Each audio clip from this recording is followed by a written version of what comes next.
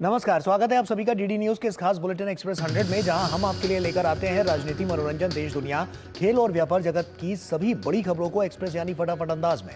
मैं हूं गौरव श्रीवास्तव, तो देखिए खबरें तेज रफ्तार से।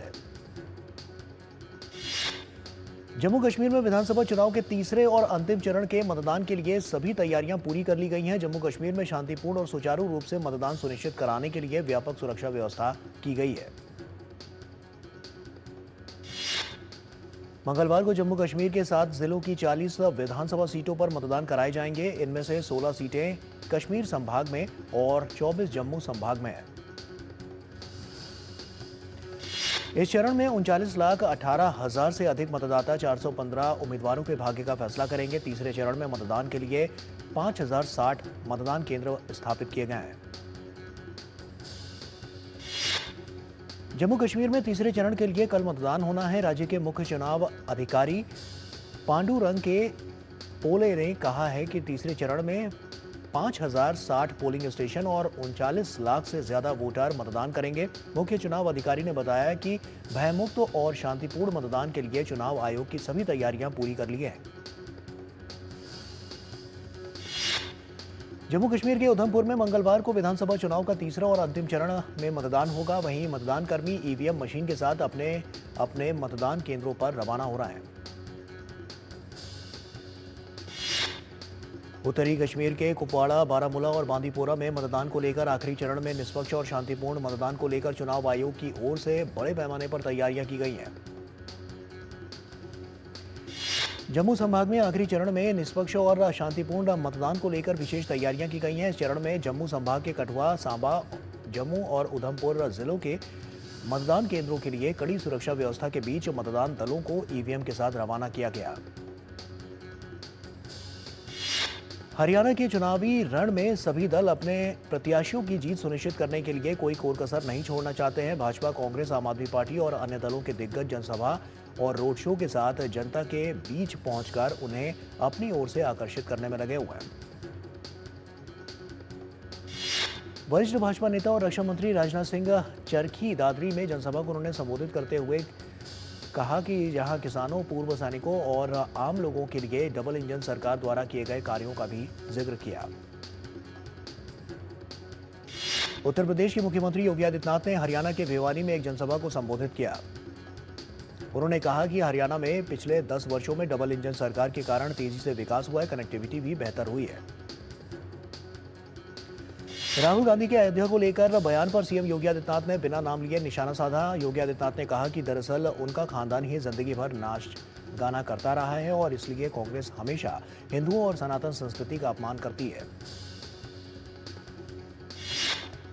उत्तराखंड के मुख्यमंत्री पुष्कर सिंह धामी ने हरियाणा के जींद में भाजपा प्रत्याशी के पक्ष में जनसभा को संबोधित किया। हरियाणा में फिर से डबल इंजन की सरकार बनने का दावा करते हुए धामी ने कहा कि पिछले 10 वर्षों में हरियाणा की तकदीर और तस्वीर बदली है।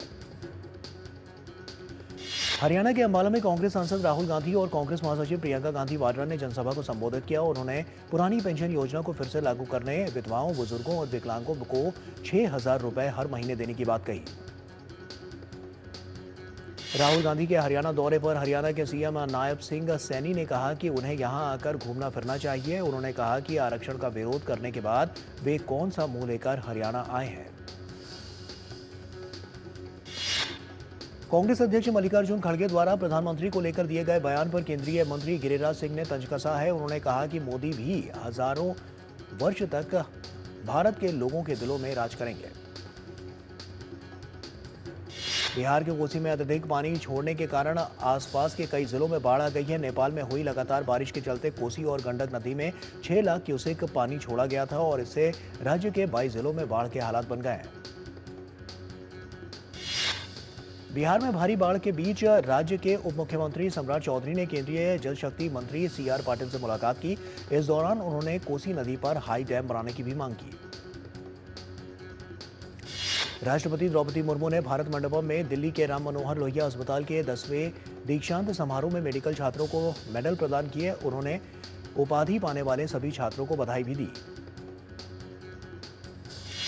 राष्ट्रपति द्रौपदी मुर्मू ने कहा कि 90 साल के इस संस्थान में काफ़ी विकास हुआ है और उन्होंने कहा कि कोई भी डॉक्टर अपने मरीज का अहित नहीं चाहता। कई बार मेडिकल साइंस में जीवन बचाने का साधन नहीं होता, ऐसे में डॉक्टरों के साथ दुर्व्यवहार गलत है।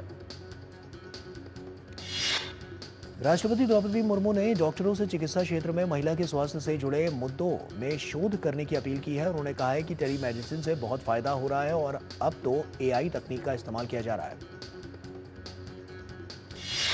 राष्ट्रपति द्रौपदी मुर्मू ने डॉक्टरों से कहा कि आप स्वस्थ भारत विकसित भारत के लिए काम करते रहें। उन्होंने कहा कि कोविड में डॉक्टरों ने महान काम किया है, इसके लिए देश हमेशा ऋणी रहेगा।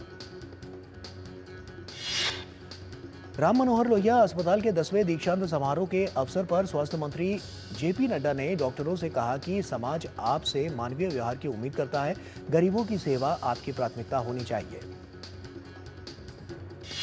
दिग्गज अभिनेता मिथुन चक्रवर्ती को वर्ष 2022 के Dada Saheb Phalke life time achievement पुरस्कार से सम्मानित किया जाएगा। केंद्रीय सूचना एवं प्रसारण मंत्री अश्विनी वैष्णव ने भारतीय सिनेमा में उनके उल्लेखनीय योगदान के सम्मान में इस पुरस्कार की घोषणा की। बहुमुखी अभिनय, बेमिसाल डांसर और करिश्माई स्क्रीन उपस्थिति के लिए जाने जाने वाले मिथुन चक्रवर्ती सिनेमा जगत में मिथुन दा के नाम से मशहूर है। मिथुन दा एक प्रतिष्ठित भारतीय अभिनेता, निर्माता और राजनीतिज्ञ हैं। भारतीय सिनेमा में उत्कृष्ट योगदान के लिए मिथुन चक्रवर्ती को दादा साहब फाल्के अवार्ड की घोषणा के बाद प्रधानमंत्री नरेंद्र मोदी ने दिग्गज अभिनेता को बधाई और शुभकामनाएं दी। दिग्गज अभिनेता मिथुन चक्रवर्ती को दादा साहब फाल्के पुरस्कार देने की घोषणा के बाद सूचना एवं प्रसारण मंत्री अश्विनी वैष्णव ने मिथुन दा को बधाई दी। मिथुन चक्रवर्ती को दादा साहब फाल्के पुरस्कार से सम्मानित करने की घोषणा पर केंद्रीय सूचना एवं प्रसारण राज्य मंत्री एल मुरुगन ने कहा कि जूरी ने बहुत सावधानी से इस प्रतिष्ठित पुरस्कार के लिए सही व्यक्ति को चुना है। उन्हें बधाई देते हुए एल मुरुगन ने कहा कि मिथुन चक्रवर्ती ने भारतीय सिनेमा को विश्व स्तर पर पहुंचाया है। बॉलीवुड के मशहूर अभिनेता मिथुन चक्रवर्ती को दादा साहब फाल्के पुरस्कार देने की घोषणा के बाद मिथुन चक्रवर्ती बहुत ही भावुक हो गए और उन्होंने कहा कि मेरे पास कहने को शब्द नहीं है। मिथुन चक्रवर्ती ने इस पुरस्कार का श्रेय अपने प्रशंसकों को दिया और उनका शुक्रिया अदा किया। दिल्ली में पंचायती राज मंत्रालय के द्वारा जन योजना अभियान पर राष्ट्रीय सम्मेलन का आयोजन किया गया। पंचायती राज मंत्रालय में राज्य मंत्री एसपी सिंह बघेल ने कार्यक्रम का शुभारंभ किया। पंचायती राज मंत्रालय में राज्य मंत्री एसपी सिंह बघेल ने बताया कि जन योजना अभियान पर राष्ट्रीय सम्मेलन पंचायतों के सशक्तिकरण के लिए बहुत अहम कार्यक्रम है। इसके तहत प्रशिक्षण दिया जा रहा है कि मंत्रालय को भारत सरकार के द्वारा जारी किए गए बजट को किस प्रकार से खर्च किया जाए। भारत क्रूज टूरिज्म का ग्लोबल हब बने, इसी उद्देश्य से केंद्रीय जलमार्ग और जहाजरानी मंत्री सर्बानंद सोनोवाल मुंबई में भारत क्रूज मिशन का उन्होंने शुभारंभ किया। सर्बानंद सोनोवाल की उपस्थिति में भारत मिशन के तहत कॉर्डिलिया क्रूज पर विभिन्न समझौता ज्ञापनों पर हस्ताक्षर किए गए। केंद्रीय जलमार्ग और जहाजरानी मंत्री सर्बानंद सोनोवाल ने कहा कि भारत को क्रूज टूरिज्म के क्षेत्र में अग्रणी बनाना है और इसके लिए सरकार पूरी तरह से प्रतिबद्धता के साथ काम कर रही है। सीबीआई ने वैश्विक स्तर पर धोखाधड़ी गतिविधियों में शामिल एक उच्च संगठित साइबर अपराध नेटवर्क के खिलाफ कई शहरों में सफलतापूर्वक अभियान चलाया। तलाशी के दौरान सीबीआई ने पुणे, विशाखापट्टनम, हैदराबाद के 4 कॉल सेंटरों में चल रही ऑनलाइन आपराधिक गतिविधियों में लिप्त 170 लोगों को रंगे हाथों पकड़ा। सीबीआई ने साइबर अपराध से जुड़े अब तक 26 प्रमुख आरोपियों को गिरफ्तार किया है, जिसमें पुणे से 10, हैदराबाद से 5 और विशाखापट्टनम से 11 आरोपी हैं। दिल्ली की मुख्यमंत्री आतिशी द्वारा सड़कों का निरीक्षण और उसके मरम्मत की घोषणा के बाद बीजेपी आम आदमी पार्टी पर हमलावर है। दिल्ली के भाजपा नेता हरीश खुराना ने आरोप लगाया कि दिल्ली की सड़कें बदहाल है, लेकिन आम आदमी पार्टी सरकार ने इस ओर कोई ध्यान नहीं दिया। Uttar Pradesh power corporation limited UPPCL में चल अचल संपत्ति डिक्लेरेशन को लेकर सख्त निर्देश जारी किया गया है। अब तक संपत्ति का विवरण न देने वाले कर्मियों के वेतन का भुगतान रोकने के आदेश भी जारी किए गए हैं। वाराणसी के सिगरा स्थित रुद्राक्ष कन्वेंशन सेंटर में कजरी महोत्सव का आयोजन हुआ और इस आयोजन में नगर निगम वाराणसी व अन्य स्वयंसेवी संस्थाओं ने संयुक्त रूप से मिलकर हिस्सा लिया। Air chief marshal VR Chaudhari भारतीय वायुसेना की कमान एयर मार्शल एपी सिंह को सौंप दी गई है और इस अवसर पर उन्होंने राष्ट्रीय वॉर मेमोरियल पर शहीदों को श्रद्धांजलि अर्पित की और साथ ही वायु भवन में विदाई सलामी के रूप में उन्हें औपचारिक गार्ड ऑफ ऑनर भी दिया गया। महाराष्ट्र की शिंदे सरकार ने बड़ा फैसला लेते हुए गाय को राज्य माता का दर्जा देने का निर्णय लिया है। महाराष्ट्र सरकार की कैबिनेट बैठक में यह अहम फैसला लिया गया। महाराष्ट्र के उप मुख्यमंत्री देवेंद्र फडणवीस ने कहा कि देसी गाय हमारे किसानों के लिए एक वरदान है, इसलिए गाय को राज्य माता का दर्जा देने का निर्णय लिया गया है। बिहार के नक्सल प्रभावित औरंगाबाद जिले में पुलिस ने एक बार फिर नक्सलियों की बड़ी साजिश को नाकाम किया है। केंद्रीय रिजर्व पुलिस बल कोबरा बटालियन और जिला पुलिस ने मदनपुर के पचरुखिया जंगल से भारी मात्रा में विस्फोटक बरामद किया है। अयोध्या में ईसाई मशीनरी द्वारा प्रार्थना सभा की आड़ में धर्म परिवर्तन करने का एक मामला सामने आया है और घटना के बारे में जानकारी मिलने के बाद पुलिस ने प्रयागराज हाईवे के किनारे स्थित एक मकान पर छापा मारा और 3 लोगों को हिरासत में लिया है। सुप्रीम कोर्ट ने तिरुपति लड्डू विवाद पर सुनवाई करते हुए कहा है कि देवताओं को राजनीति से दूर रखना चाहिए। सुप्रीम कोर्ट ने आंध्र प्रदेश सरकार से पूछा कि जब उसने मामले की एसआईटी जांच के आदेश दिए थे तो प्रेस के पास जाने की क्या जरूरत थी। मुडा घोटाला मामले में कर्नाटक के मुख्यमंत्री सिद्धारमैया की मुश्किलें बढ़ती जा रही है। प्रवर्तन निदेशालय ने सिद्धारमैया को कुछ अन्य लोगों के खिलाफ मैसूर शहरी विकास प्राधिकरण से जुड़े धन शोधन मामले के एक मामले में मामला दर्ज किया है। भारतीय शेयर बाजार में सोमवार के कारोबारी सत्र में बड़ी गिरावट देखने को मिली। बाजार के करीब सभी सूचकांक लाल निशान पर बंद हुए। सेंसेक्स 1272 अंक गिरकर 84,299 पर बंद हुआ, जबकि निफ्टी 368 अंकों की गिरावट के साथ 25,810 पर बंद हुआ। सेंसेक्स बैंक में Reliance, Axis Bank, ICICI Bank, Nestle, Tech Mahindra, MNM, Maruti Suzuki, Bajaj Finserv, Tata Motors, SBI, Infosys और सन फार्मा टॉप लूजर्स थे। Auto, IT, PSU bank, fin service, pharma, FMCG, reality, energy, private bank और इंफ्रा सबसे ज्यादा गिरने वाले इंडेक्स थे। मेटल और मीडिया इंडेक्स ही हरे निशान में बंद हुए। प्रधानमंत्री जन धन योजना के तहत खुले बैंक खातों से ग्रामीण इलाकों में खपत में काफी तेजी आई है। पीएमजेडीवाई के जरिए करोड़ों लोगों का बैंकिंग सिस्टम से जुड़ना इसकी वजह है। टाटा पावर राजस्थान में एनर्जी सेक्टर में विभिन्न परियोजनाओं में 1.2 लाख करोड़ का निवेश करेगी। कंपनी परमाणु ऊर्जा संयंत्र विकसित करने की संभावनाओं का पता लगाएगी। और वक्त यहां पर एक छोटे से ब्रेक का है, जल्द हाजिर होता है।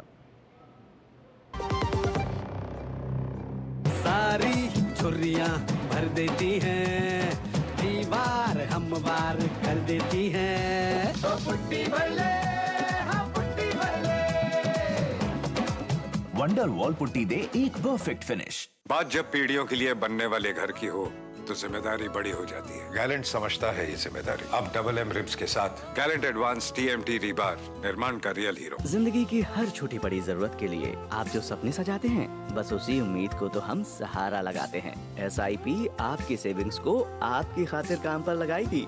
आज ही अपनी पहली SIP की शुरुआत करें। अधिक जानकारी के लिए अपने वित्तीय सलाहकार से परामर्श करें। LIC म्यूचुअल फंड द्वारा निवेशक शिक्षा की एक पहल। म्यूचुअल फंड निवेश बाजार के जोखिम के अधीन है। योजना से संबंधित सभी दस्तावेजों को ध्यान से पढ़ें। सारी छुर्रियां भर देती हैं, दीवार हमवार कर देती हैं। तो पुट्टी भर ले, हाँ पुट्टी भर ले। वंडर वॉल पुट्टी दे एक परफेक्ट फिनिश। गोल्डी मसाले के 100 ग्राम के स्पेशल पैक्स में फ्रेशनेस लॉक है। ऐसे गोल्डी मसाले जहां जाएं रिश्ते बनाएं। ब्रेक के बाद एक बार फिर से आप सभी का स्वागत है। आइए खबरों में आगे बढ़ते हैं। वैश्विक बाजार में क्रूड ऑयल की कीमतों में गिरावट के बावजूद घरेलू बाजार में पेट्रोल और डीजल की कीमतों में कोई परिवर्तन नहीं हुआ। ट्राई ने रेडियो प्रसारकों के लिए डिजिटल रेडियो प्रसारण नीति तैयार करने के सिलसिले में परामर्श पत्र जारी करते हुए स्टेक होल्डर से टिप्पणियां आमंत्रित की हैं। उत्तर प्रदेश के सभी जिलों में किसानों से धान की खरीद के लिए सरकार ने 4,000 क्रय केंद्र निर्धारित किए हैं। धान का न्यूनतम संवर्धन मूल्य 2300 रुपए और धान ग्रेड ए का मूल्य 2320 रुपए प्रति क्विंटल निर्धारित किया गया है। सोलेक्स एनर्जी ने भारत का पहला rectangular cell based solar module launch किया है और साथ ही इस क्षेत्र में अपने विजन 2030 के तहत 8,000 करोड़ रुपए का निवेश भी लक्ष्य में रखा गया है। ई मोबिलिटी को बढ़ाने के लिए एक्सिस बैंक ने मुथूट कैपिटल को दिया 100 करोड़ रुपए की गारंटी। ताबड़तोड़ हवाई हमलों में हिजबुल्लाह की कमर तोड़ने में लगा इजराइल कार्रवाई को और तेज करने की तैयारी कर रहा है। राजधानी बेरूत सहित दक्षिणी लेबनान में हवाई एक्शन के बाद अब इजरायली सेना जमीनी ऑपरेशन शुरू कर सकती है। आईडीएफ का लक्ष्य उत्तरी इजराइल से लगी लेबनानी सीमा में स्थित हिजबुल्लाह के ठिकानों को ध्वस्त करना है। सीमा पर अपने जवानों का हौसला बढ़ाने पहुंचे इजरायली रक्षा मंत्री ने अपने इरादे दो टूक जाहिर किया। इजरायली हमलों में अपने शीर्ष नेतृत्व को गंवा चुका हिजबुल्लाह भी जमीनी एक्शन की आहट साफ सुन रहा है और 3 दशक तक संगठन का नेतृत्व करने वाले हसन नसरल्लाह की मौत के साथ अन्य टॉप कमांडर भी मारे जा चुके हैं। हालांकि संगठन का नंबर 2 समझा जाने वाला शेख नईम कासिम मंगलवार को सामने आया। नईम कासिम ने इजराइल के खिलाफ लड़ते रहने की बात कही। हसन नसरल्लाह की मौत पर ईरान के विदेश मंत्रालय ने पहली आधिकारिक प्रतिक्रिया दी है। मंत्रालय के प्रवक्ता ने कहा है कि इजरायली हरकतों का जवाब दिया जाएगा। ईरानी बयान में इस आशंका की गूंज भी शामिल थी कि इजराइल अब ईरानी हितों से जुड़े ठिकानों को निशाना बना सकता है। ईरान ने कहा है कि वो राष्ट्रीय सुरक्षा का उल्लंघन करने वालों के खिलाफ मजबूती से खड़े होते हैं। लेबनान पर हवाई हमले करके इजराइल हिजबुल्लाह के बचे कुचे कमांडरों और अन्य दुश्मन संगठनों को निशाना भी बना रहा है और ताज़ा हमलों में हमास की लेबनान यूनिट का प्रमुख फतेह शरीफ भी मारा गया। जहां एक तरफ हिजबुल्लाह और ईरान बदले की धमकियां दे रहे हैं, वहीं इजराइल की मिसाइलें हिजबुल्लाह समर्थक तत्वों पर कहर बनकर बरस रही हैं। हिजबुल्लाह के उत्तरी इजराइल पर मिसाइल हमले जारी हैं।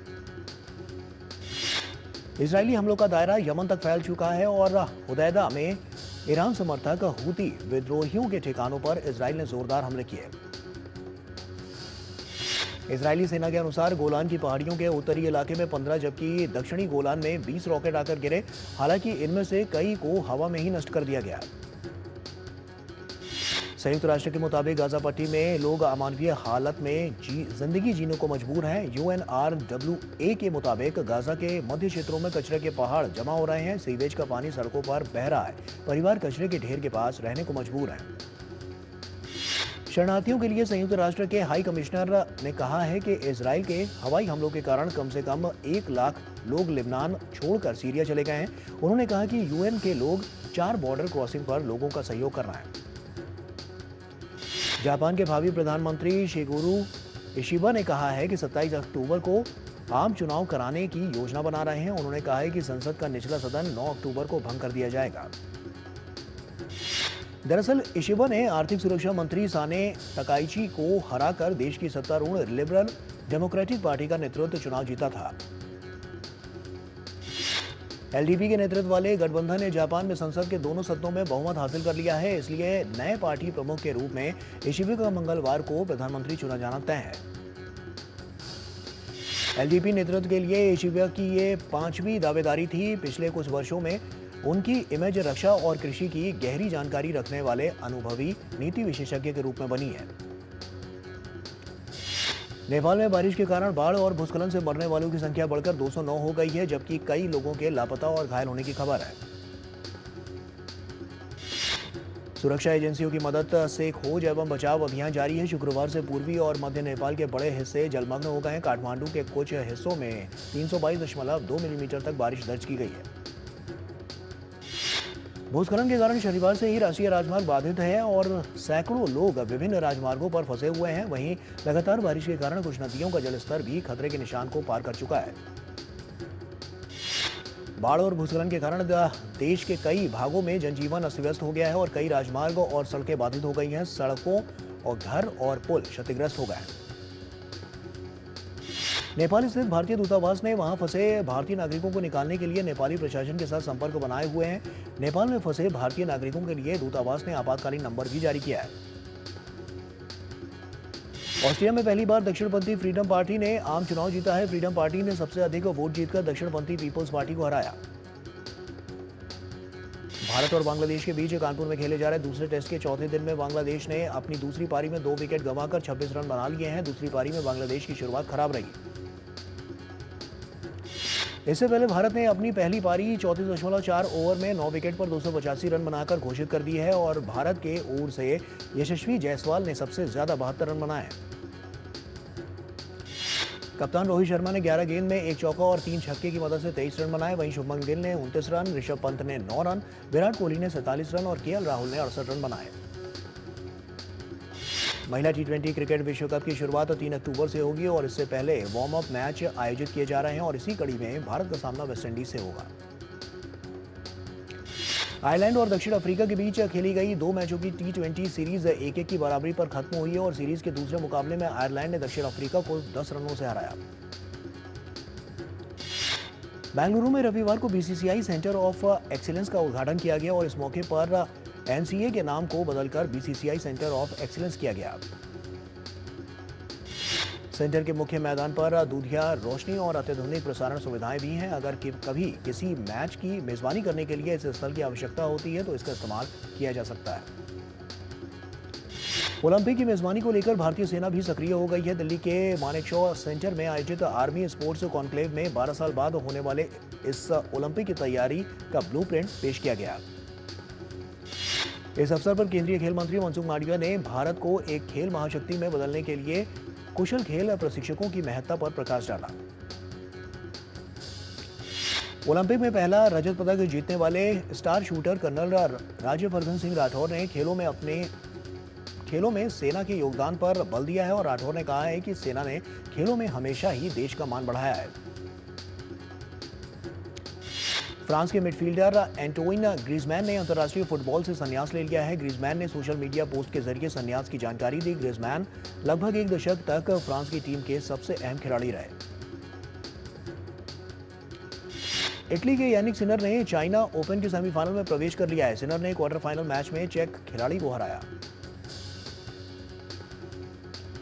चाइना ओपन के क्वार्टर फाइनल में जीत के साथ ही रूस के डेनिल मेदवेदेव ने अंतिम 4 में जगह पक्की कर ली है। अंतिम 8 में मेदवेदेव ने इटली के फ्लैवियो को हराया। स्पेन के कार्लोस अल्कराज ने चाइना ओपन के सेमीफाइनल में प्रवेश कर लिया। अल्कराज ने क्वार्टर फाइनल में कैरेन खैचनोव को 7-5, 6-2 से मात दी।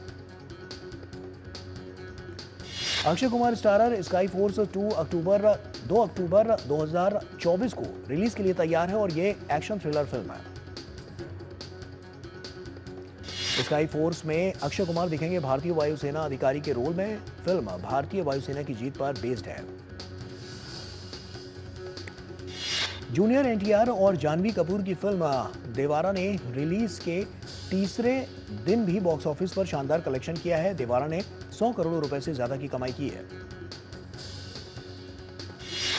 देवारा पार्ट 1 में जूनियर एनटीआर डबल रोल में है। फिल्म में एनटीआर जूनियर, सैफ अली खान, जानवी कपूर, श्रुति मराठे, प्रकाश राज, श्रीकांत, शाइन टॉम चाको, मुरली शर्मा और अभिमन्यु ने शानदार अभिनय किया है। कॉमेडी फिल्म विक्की विद्या का वो वाला वीडियो 11 अक्टूबर 2024 को रिलीज होगी। फिल्म का निर्देशन राज शांडिल्य ने किया है।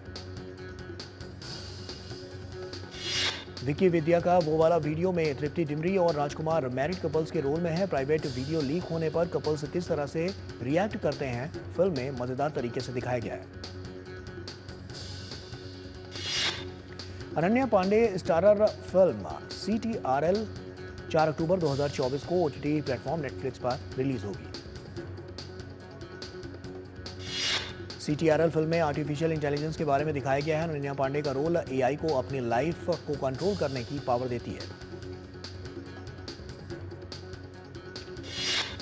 International Indian film academy awards 2024 में अलीजे ने अपनी डेब्यू फिल्म फर्रे के सर्वश्रेष्ठ नवोदित अभिनेत्री का पुरस्कार जीता।